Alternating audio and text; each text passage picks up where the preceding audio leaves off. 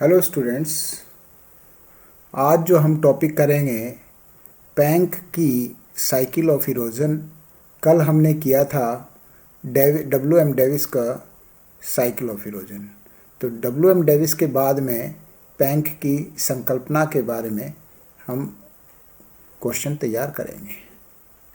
तो ये जो पैंक जो है ये जर्मन विद्वान था। इसने डेविस के समय आधारित भौगोलिक चक्र की संकल्पना को अस्वीकार कर और इसने अपने नए मॉडल का प्रतिपादन किया जिसका नाम है मॉर्फोलॉजिकल सिस्टम या मॉर्फोलॉजिकल एनालिसिस।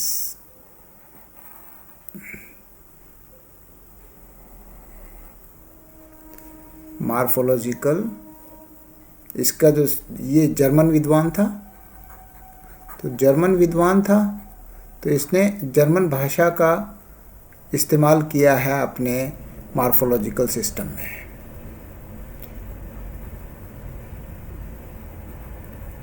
मॉर्फोलॉजिकल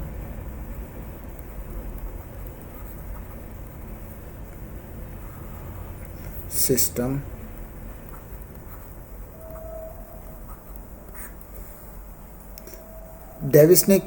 डेविस के चक्र का नाम था ज्योग्राफिकल,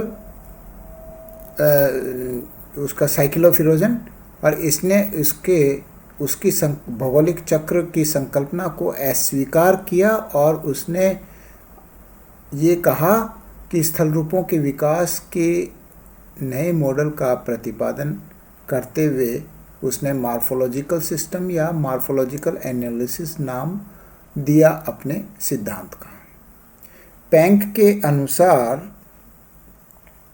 स्थल रूपों का विकास का नया मॉडल जो था मॉर्फोलॉजिकल सिस्टम या मॉर्फोलॉजिकल एनालिसिस, जो कि डेविस की अवस्था के स्थान पर पैंक ने इटविक्लिंग नामावली का प्रयोग किया। अवस्था किसका था? डेविस का। अवस्था के स्थान पर इसने क्या इस्तेमाल किया? विकास यानी कि इटविक्लिंग।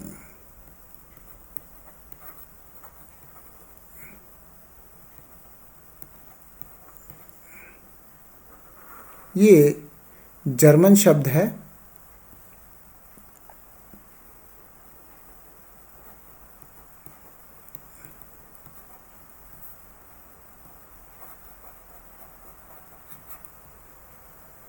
जिसका तात्पर्य होता है विकास। इसका मतलब है डेवलपमेंट या विकास।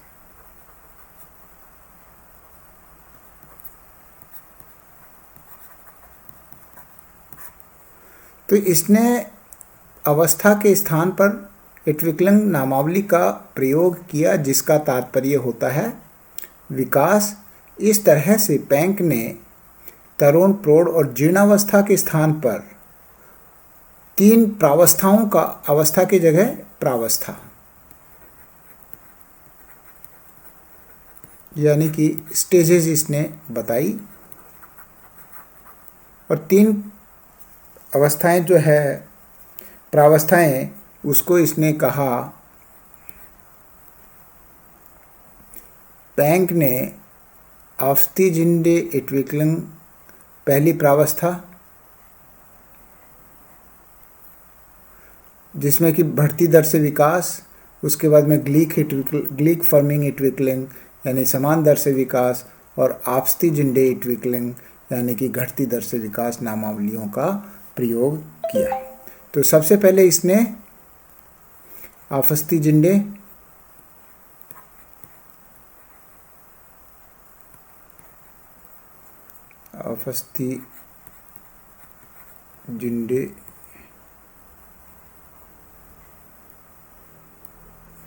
इटविक्लिंग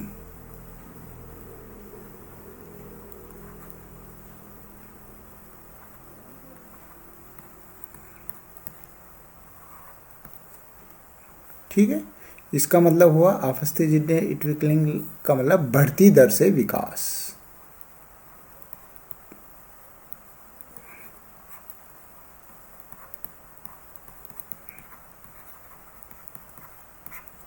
दूसरी जो उसने प्रावस्था बताई, ग्लीक फर्मिंग, ग्लीक फर्मिंग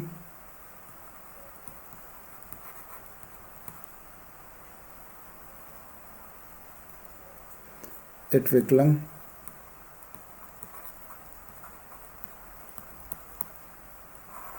इसका मतलब हो गया, ग्लीक फर्मिंग एटविक्लिंग का मतलब है समान दर से विकास,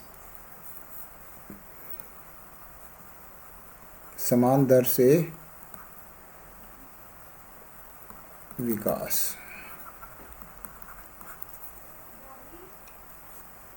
उसके बाद में तीसरा है आवस्थी-जिंडे एटविक्लिंग।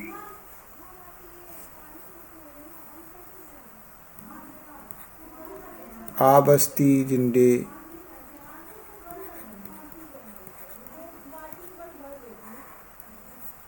एटविक्लिंग,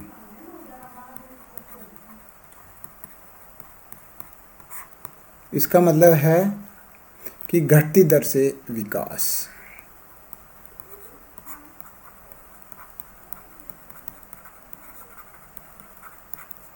यानी कि इसने 3 प्रावस्थाओं के बारे में बताया।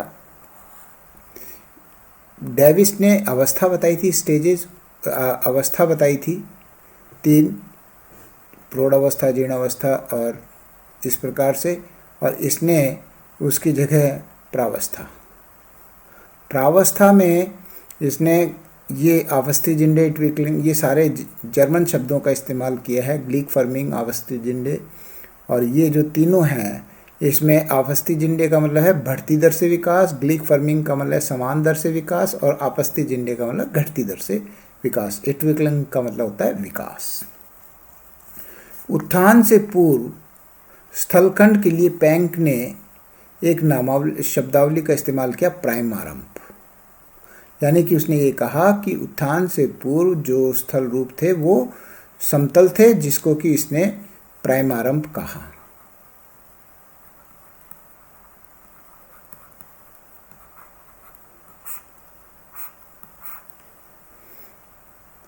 यह स्थलखंड आकृति विहीन समतल प्राय धरातलीय भाग को प्रदर्शित करता है।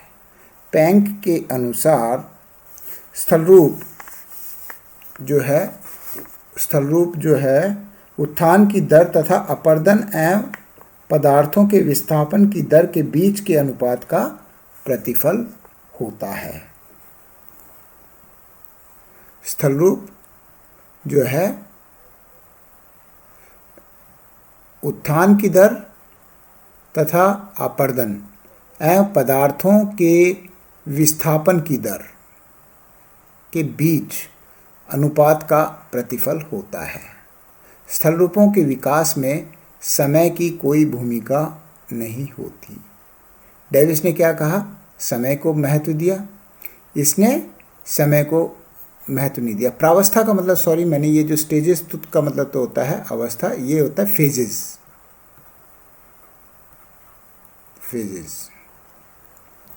स्थल रूपों का विकास प्राइमारंभ में उत्थान के साथ प्रारंभ होता है। प्राइमारंभ का उत्थान विभिन्न दरों से संपादित होता है। तो अब इसमें प्रारंभ में उत्थान मंद गति से होता है और इस उत्थान की अवधि लंबी होती है। इसके बाद त्वरित गति से तथा बाद में समान दर से उत्थान होता है। अंत में घटती दर से उत्थान होता है और अंततः उत्थान समाप्त हो जाता है। इस दौरान इस प्रकार स्थल रूपों का विकास निम्न प्रावस्थाओं से होकर गुजरता है। अलग अलग निम्न फेजेस हैं। ये अवस्थाओं की जगह, अवस्था में तो एक अवस्था के बाद में दूसरी बाल्यावस्था है, प्रौढ़ावस्था है, जीर्णावस्था है, तो इनमें एक के बाद दूसरी आएगी। लेकिन प्रावस्था में कोई ज़रूरी नहीं कि पहली के बाद में दूसरी आए, वो इस प्रकार से इसका कोई एक क्रम नहीं होता प्रावस्था का। इसने 3 प्रावस्थाएं बताई, आवस्थी-जिंडे एटविक्लिंग, ग्लीक फर्मिंग एटविक्लिंग और आवस्थी-जिंडे एटविक्लिंग। इनको आप लिख लिख के 3-4 बार याद करेंगे तब आपको याद होगा। तो सबसे पहले जो पहली प्रावस्था है उसके बारे में हम चर्चा करते हैं। पहली प्रावस्था है आपस्तिजिंडे इट्विक्लम। इसमें तीव्र गति से विकास की प्रावस्था होती है। ये मैंने पहले बताया था कि ये बढ़ती दर से विकास यानी कि तीव्र गति से इसका विकास होता है, और इस प्रारंभ में स्थल खंड में मंद गति से उत्थान होता है, परंतु कुछ समय बाद उत्थान की दर अधिक हो जाती है। तो तीव्र गति से विकास की प्रावस्था होती है प्रारंभ में, यानी कि प्राइमारंभ होता है उसका मंद गति से उत्थान, और कुछ समय बाद उत्थान की गति तीव्र हो जाती है इस अवस्था में। तो उत्थान के फलस्वरूप जलमार्ग ढाल, उत्थान के फलस्वरूप जलमार्ग जो ढाल है, दूसरा प्रवाह वेग है, और गतिज ऊर्जा में वृद्धि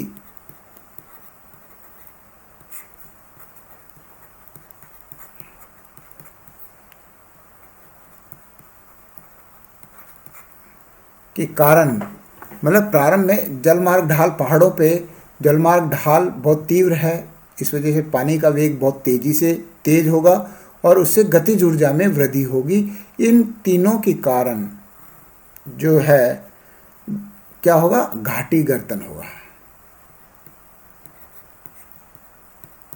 घाटी गर्तन होगा तथा घाटी गहरी होगी। घाटी गर्तन की वजह से घाटी का गहरा होना, घाटी गहरी होगी, यानी कि वी आकार की घाटी का निर्माण होगा। घाटी गर्तन का मतलब घाटी का गहरा होना। तो देखिए इसमें क्या लिखा है, उत्थान के फलस्वरूप जलमार्ग ढाल, ये जलमार्ग ढाल, प्रवाह वेग तथा गतिज ऊर्जा में वृद्धि के कारण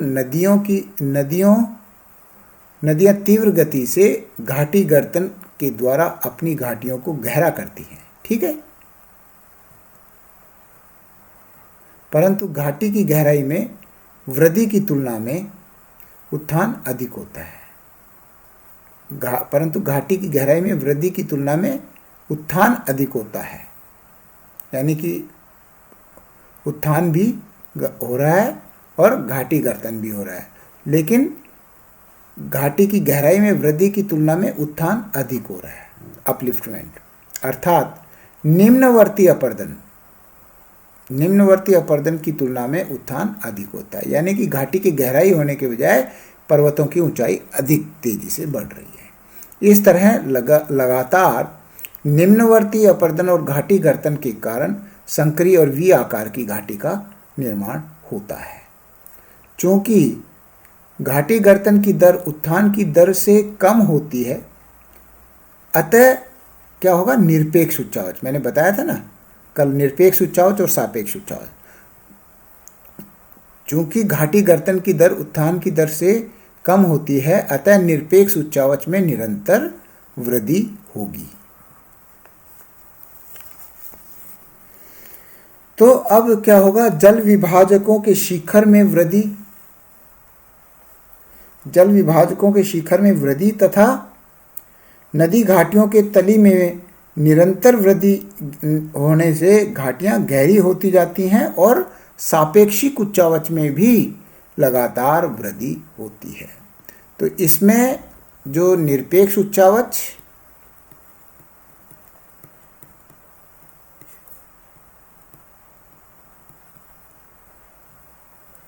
प्लस सापेक्ष उच्चावच,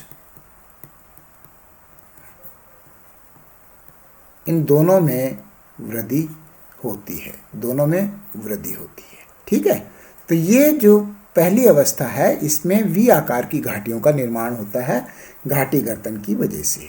निरपेक्ष उच्चावच क्यों? क्योंकि घाटी गर्तन भी हो रहा है, घाटी गर्तन की अपेक्षा पर्वतों के शिखर जो हैं उनकी ऊंचाई बढ़ रही है। तो इस वजह से इन दोनों में अंतर गैप प्रथम प्रावस्था में अधिक हो जाता है, इससे निरपेक्ष उच्चावच। और सापेक्ष उच्चावच क्यों? क्योंकि पर्वतों की ऊंचाई भी बढ़ रही है। इसको लास्ट में डायग्राम द्वारा प्रदर्शित किया गया है। देखिए यहाँ पर ये जो पहली प्रावस्था है, ये वाली यहाँ तक की, इसको बड़े ध्यान से इस चित्र को बनाना है। ये वाला, ये पहली प्रावस्था है। इसके अंदर यहाँ पर ये देखिए, ये प्राइमारंभ है, यानी कि समतल मैदान।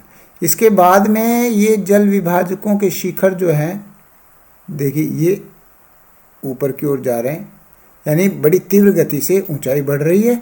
और ये यहाँ पर घाटी गर्दन भी हो रहा है, तो इसलिए यहाँ पर गैप ये यहाँ पर कम था, यहाँ ज़्यादा निरपेक्ष उच्चावच बढ़ गया, और ये बढ़ने से सापेक्ष उच्चावच भी बढ़ गया, और यहाँ पर ये वी आकार की घाटियों का निर्माण हो रहा है। तो ये इस वाली लाइन ने ये प्रदर्शित किया है कि यहाँ पर उत्थान तीव्र गति से हो रहा है। और अब इसके बाद में ये देखिए, ये यहाँ पर दूसरी प्रावस्था में ये उत्थान ये बराबर दिखा दिया।